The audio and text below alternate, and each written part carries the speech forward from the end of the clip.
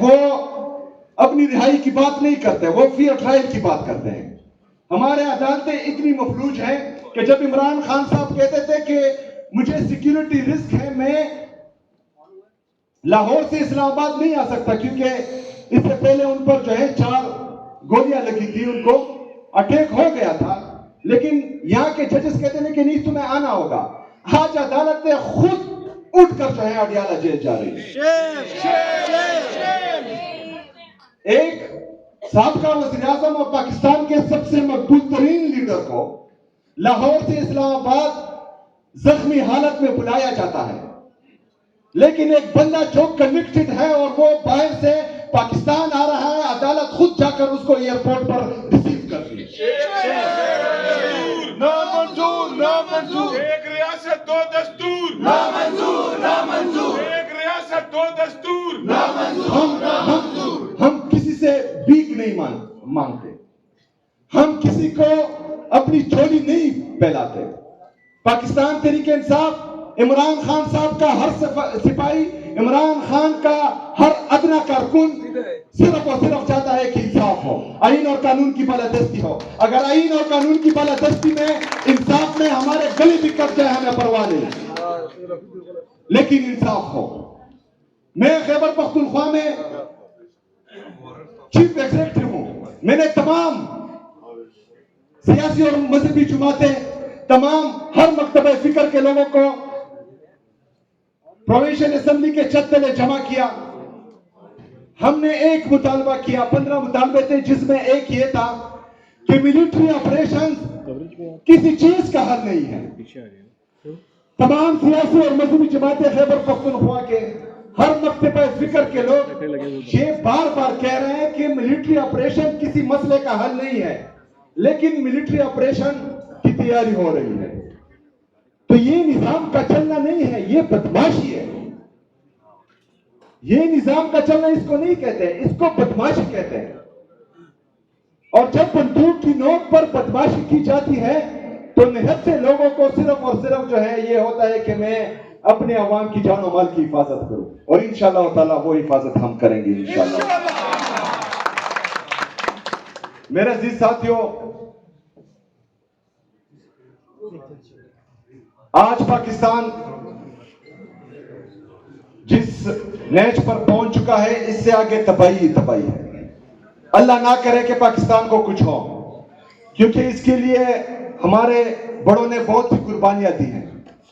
ہم نے اپنی جوانیاں لٹائی ہیں اس فرسودہ گھٹیا نظام کو تبدیل کرنے کے لیے, اور ابھی بھی اسی جدوجہد میں ہم ہیں, اور انشاءاللہ تعالیٰ یہ جدوجہد جاری رہے گی. لیکن آپ لوگوں پر بہت بڑی ذمہ داری آتی ہے. شاید میں قانون کو اتنا نہ سمجھوں, آپ لوگ سمجھتے ہیں.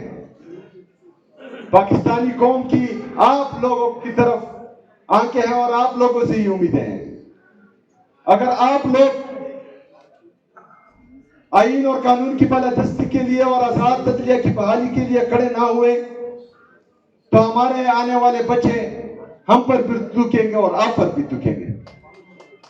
آپ لوگوں نے کھڑا ہونا ہے. ہمارے ججز عدلیہ مفلوج ہونے کے بعد شاید ہمارے ججز یہ چاہ رہے ہوں کہ آپ اور ہم کھڑے ہوں, ان کو آزاد کرنے کے لیے ہم کھڑے ہوں.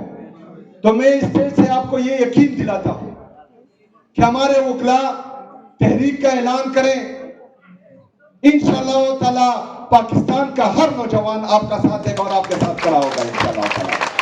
میں ایک دفعہ پھر تمام وکلاء برادری کا, اپنی ILF کی ٹیم کا, ایمان مزاری صاحبہ کا, باقی جتنے بھی ہمارے دوست ہیں, ان سب کا انتہائی مشکور و ممنون ہوں.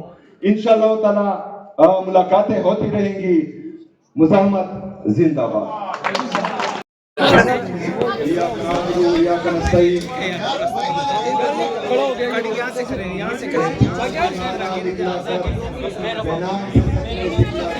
پیچھے ہو جائے آپ.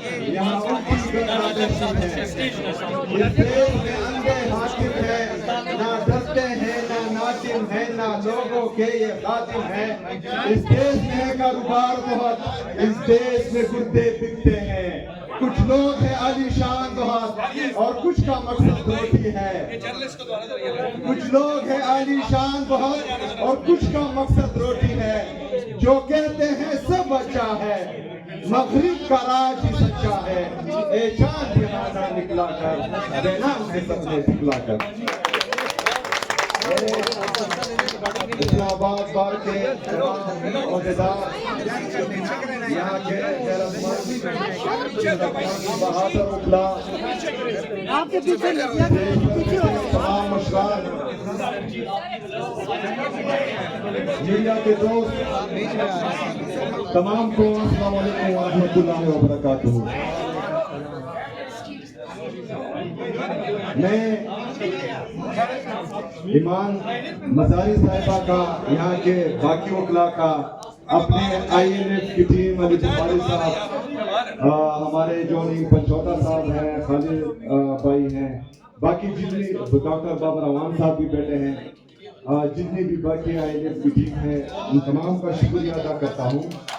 ایمان مزاری صاحبہ کا نام میں نے اس لیے لیا کیونکہ یہ مزاحمت کے دور میں ہمیں اپنی بہادر بہنوں چاہے وہ KP سے ہو اسلام آباد میں ہو بلوچستان میں ہو پنجاب میں ہو سندھ میں ہو گلگت بلتستان سے ہو یا آزاد جموں کشمیر سے ایک نئی تاریخ رقم کی ہے انہوں نے اور ان کو دیکھ کر ہمارے نوجوانوں کو حوصلہ ملتا ہے اور ان کو جرأت ملتی ہے اور وہ بھی جو ہے مزاحمت آئین اور قانون کی بالادستی کے لیے آزاد عدلیہ کی بحالی کے لیے ہمارے آزاد میڈیا کی بحالی کے لیے جدوجہد کر رہے ہیں.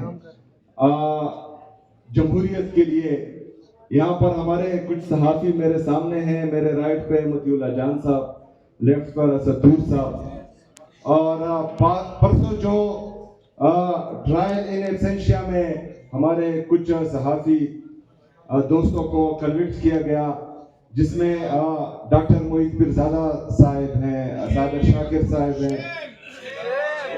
یہ پہلی دفعہ نہیں ہوا جب شہید ارشد شریف صاحب پر پاکستان کی زمین تنگ کی گئی اور اس کو جو ہے یہاں پر انصاف نہیں مل رہا تھا اور ان کو حفاظت نہیں مل رہی تھی تو وہ پاکستان چھوڑ کر اپنی جان بچا کر باہر چلے گئے لیکن ان کو باہر بھی نہیں چھوڑا گیا. حق اور سچ بولنے پر ان کو ملک سے باہر بھی شہید کر دیا گیا. اسی طرح حق اور سچ بولنے پر پرسوں ہمارے ایک اور صحافی بھائی ڈاکٹر محیط پیرزادہ صاحب پر بھی اٹیک کیا گیا. تو کہنے کا مقصد یہ ہے کہ اس سے پہلے ہم بار بار یہ کہتے آئے ہیں کہ آج اگر مجھ پر ہے کل آپ پر آنی ہے.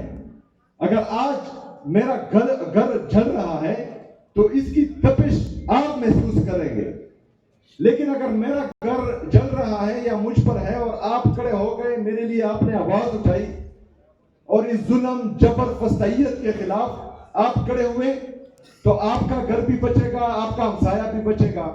تو اسی طرح اگر پاکستان تحریک انصاف پر آج ہے اور 3 سالوں سے مسلسل ہم پر جبر فسطائیت ہو رہی ہے اور حق اور سچ کا ساتھ دینے والے صحافیوں پر جو ہے کوحرام برپا کیا گیا ہے اور آپ چپ ہیں تو آج ہماری باری کل آپ کی باری اور یہ سلسلہ چلتا رہے گا یہ رکے گا نہیں. شاید ہم ریزسٹ کر رہے ہیں اور انشاءاللہ تعالی اس کا مقابلہ خون کے آخری قطرے تک اور آخری سانس چلنے تک ہم کریں گے لیکن اس سے پہلے ہم نے دیکھا ہے کہ کوئی ریزسٹ نہیں کر پائے گا. آپ اتنا پھر ٹک نہیں پائے گے جتنا پاکستان تحریک انصاف ٹک پائی ہے اور جو صحافی آج ٹک پائے ہیں اور انہوں نے اپنی نوکریاں گنوائی ہیں اور اپنا ملک چھوڑا ہے وہ گئے ہیں تو شاید کل کو کوئی اور صحافی ایسا نہ کر پائے اور آپ کے لیے آواز اٹھانے والا بھی پھر کوئی نہیں ہوگا. تو ہم چاہتے ہیں جو عمران خان صاحب کی حقیقی آزادی کی تحریک ہے جس میں صرف اور صرف جمہوریت کو مضبوط کرنا آئین اور قانون کی بالادستی لانا آزاد عدلیہ کی بحالی کیونکہ چٹ کے ذریعے اگر فیصلے ہو رہے ہیں تو پھر کلیئر کر سکتے ہیں. 3 ججز جو یہ حکم دیتے ہیں سپرڈنٹ اڈیالہ جیل کو کہ میری ملاقات میرے لیڈر میرے قائد جناب عمران خان صاحب سے کرائی جائے, اور 3 ججز کے آرڈر ایک سپرڈنٹنٹ جو ہے وہ ردی کی ٹوکری میں پھینک دیتا ہے, تو ہم باقی صاحب سے کیا توقع کر سکتے ہیں؟ کون بچائے گا پاکستان؟ کون بچائے گا پاکستان؟ کون بچائے گا پاکستان؟ عمران خان صاحب, اس کو اللہ تعالیٰ نے سب کچھ دیا ہوا ہے, اسے کسی چیز کی ضرورت ہی نہیں ہے. اگر وہ اس کے باوجود بھی جیل میں ہے تو وہ ہماری جنگ لڑ رہا ہے. وہ پاکستان میں ہر مکتبہ فکر کے لوگوں کی جنگ لڑ رہا ہے. اس کے ساتھ تو ہو رہا ہے, تقریباً 3 سال مکمل ہونے کو ہے. اس کے ساتھ جو ظلم جبر فسائیت ہو رہی ہے وہ تمام دنیا کے سامنے ہے. عدت جیسے گھٹیا کیسز جس کا اسلامی تاریخ میں کوئی مثال نہیں ملتی اس پر کیے گئے. توشہ خانہ کا کیس کیا ہے؟ مطلب گاڑیاں لینے والے آج حکمران بیٹھے ہیں اور قانونی طریقے سے کوئی چیز لینے والا جیل میں بیٹھا ہوا ہے. یہ مذاق بنایا ہوا ہے, اور یہ صرف عمران خان صاحب کے ساتھ مذاق نہیں ہے, یہ وکلا آپ کے ساتھ, آپ کی عدلیہ کے ساتھ, ہمارے ججز کے ساتھ, ان سب کے ساتھ مذاق ہو رہا ہے. اور آپ پر جو ہے یہ ہنس رہے ہیں کہ بند کمروں میں آپ لوگوں کو مفلوج کیا ہوا ان لوگوں نے. اگر عمران خان صاحب جیل میں ہے آج تو ہماری جنگ لڑ رہا ہے, ہر مکتبہ فکر کے لوگوں کی جنگ لڑ رہا ہے. تو ایک بندہ اگر ہم سب کی جنگ لڑ رہا ہے تو ہمیں یونائٹ ہونا ہے, ہم نے اس کا ساتھ دینا ہے. ہم نے اس جبر ظلم فسائیت کا مقابلہ کرنا ہے, ضمیر کی آواز سننی ہے. اگر ضمیر مردہ ہے تو پھر تو ٹھیک ہے, بیٹھو آرام سے, لیکن کسی کا بھی اگر 1% بھی ضمیر زندہ ہے تو وہ اس 26ویں آئینی ترمیم کے خلاف بھی کھڑا ہوگا, 27ویں آئینی ترمیم کے خلاف بھی کھڑا ہوگا. جو انفیئر ٹرائلز ہو رہے ہیں, چاہے وہ صحافیوں کے ہیں چاہے پولیٹیشنز کے ہیں, اس کے خلاف بھی کھڑا ہوگا. اور